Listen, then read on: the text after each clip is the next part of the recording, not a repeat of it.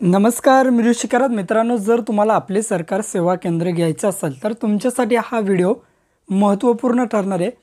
आता आपले सरकार सेवा केंद्र घेण्यासाठी ज्या अटी असतील, सेवा शर्ती असतील किंवा ज्या पात्रता आहेत यामध्ये आता बदल करण्यात आले।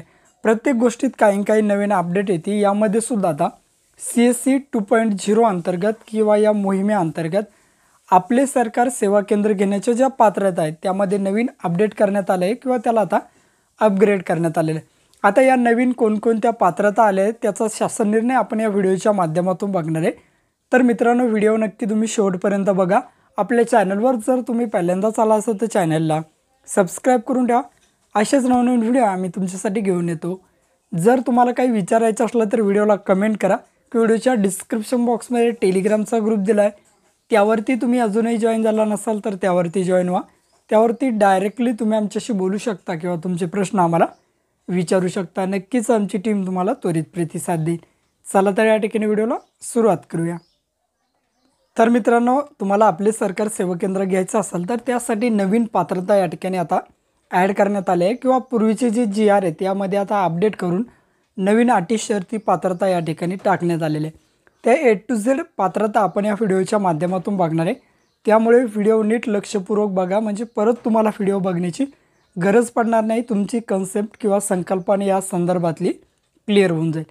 सर्वप्रथम बघा, तुमच्याकडे MSCITचं सर्टिफिकेट असणं गरजेचं आहे किंवा तुमचा CCC म्हणजेच आपण त्याला कम्प्युटर कोर्स म्हणतो, तो कम्प्युटर कोर्स या ठिकाणी झालेला पाहिजे, तरच तुम्ही यासाठी अर्ज करू शकता। अन्यथा तुम्हाला या ठिकाणी आपले सरकार सेवा केंद्रासाठी इथून पुढे आता अर्ज करता येणार। नंतर बघा, तुमच्याकडे तुमचं शॉप किंवा दुकान असणं गरजेचं आहे। जर तुमच्याकडे या ठिकाणी शॉप किंवा दुकान असेल तरच या ठिकाणी तुम्ही अर्ज करू शकता। नंतर बघा, तुम्ही 12वी पास असणं गरजेचं आहे। जर तुम्ही 12वी पास नसाल तर तुम्ही यासाठी अपात्रवान, तुमची 12वी पास असणं गरजेचं आहे, तरच तुम्हाला या ठिकाणी आपले सरकार सेवा केंद्राचा फॉर्म भरता येतो। आणि नंतर एक महत्त्वाची पात्रता म्हणजे तुम्ही त्या भौगोलिक क्षेत्रातील रहिवासी पाहिजे। रहिवासी म्हणजेच काय, तुमचं गाव किंवा तुम्ही ज्या गावातून अर्ज करणार आहात त्या गावातील तुम्ही रहिवासी पाहिजे, अन्यथा तुम्हाला या ठिकाणी हा अर्ज करता येणार नाही। ह्या झाल्या तुमच्या पहिल्या बेसिक पात्रता। या जर तुम्ही धारण करत असाल तर तुम्हाला अर्ज करता येतो आणि अर्ज केल्यानंतर तुम्हाला मार्क्स दिले जातात। आता मार्क्स कशा प्रकारे दिले जातात बघा, या ठिकाणी यालासुद्धा आता अपडेट केलेलं आहे। जर तुम्ही पदवीधर असाल तर तुम्हाला या ठिकाणी 30 मार्क दिले जातात। पूर्वी कसं होतं, तुम्हाला तुमचे ट्रान्झॅक्शन वगैरे मार्क्स दिले जात होते, कसं तुम्ही काम करता CSCवरती, त्यावरती तुम्हाला मार्क्स डिपेंड होतं। आता त्यावरती मार्क्स डिपेंड नाही आहेत। आता काय तर तुमचं एज्युकेशन जेवढं जास्त असेल तेवढे तुम्हाला जास्त मार्क दिले जातील। म्हणजे तुमच्यात जर क्वालिटी असेल, आता तुमच्याकडे जर एज्युकेशन असेल, तुमच्याकडे जर शिक्षण असेल तर तुम्ही अर्ज केल्यानंतर 100% या ठिकाणी पात्र होणार आहेत। बघा, जर तुम्ही पदवीधर असाल तर या ठिकाणी तुम्हाला त्याचे 30 मार्क दिले जातात। जर तुम्ही पदवीधर असाल तर त्याचे तुम्हाला मिळतात 30 मार्क। जर तुम्ही पदव्युत्तर असाल तर त्याचे सुद्धा तुम्हाला 25 मार्क दिले जातात। म्हणजेच काय, तर जर तुम्ही पदवीधर असाल तर ते 30, जर तुम्ही पदव्युत्तर असाल तर त्याचे 25, जर तुमच्याकडे CSC ID असेल तर त्याचे सुद्धा 25 दिले जातात। म्हणजेच काय, तुमच्याकडे CSC ID असल्यानंतर तुम्हाला 25 मार्क दिले जातात। आता ही CSC ID कशा पद्धतीने काढायची त्याचे आपण 4 व्हिडिओ बनवलेले आहेत।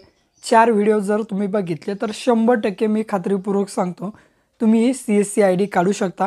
त्या व्हिडिओची लिंक व्हिडिओच्या कमेंट बॉक्समध्ये किंवा डिस्क्रिप्शन बॉक्समध्ये या ठिकाणी मी देईल किंवा आपल्या टेलिग्राम ग्रुपला टाकलेले आहेत। नंतर बघा, शेवटची पात्रता म्हणजे तुमचे मुलाखतीचे मार्क्स।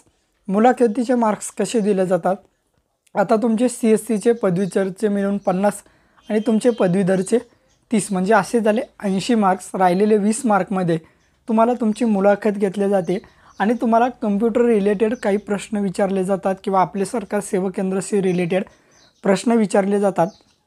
त्यामध्ये तुम्हाला त्या मुलाखतीमध्ये मार्क्स दिले जातात। म्हणजे असे मिळून तुम्हाला 100 मार्क असतात। 30 मार्क पदवीधरचे, 25 पदव्युत्तरचे, 25 CSCचे आणि 20 या ठिकाणी तुम्हाला तुमच्या मुलाखतीचे। असे मार्क्स तर तुम्हाला डिस्ट्रीब्युशन आहे। जर तुम्हाला जास्त तुमचं शिक्षण झालेलं असेल तर तुम्हाला जास्त मार्क्स पडतील आणि मार्क पडल्यानंतर तुम्हाला या ठिकाणी आपले सरकार सेवा केंद्राची ID दिली जाईल। अशा या नवीन पात्रता आहेत. तुमच्या मित्रमैत्रिणींना व्हिडिओ नक्की शेअर करा. भेटूया अशाच नवीन व्हिडिओत नवीन माहितीसह. जय हिंद.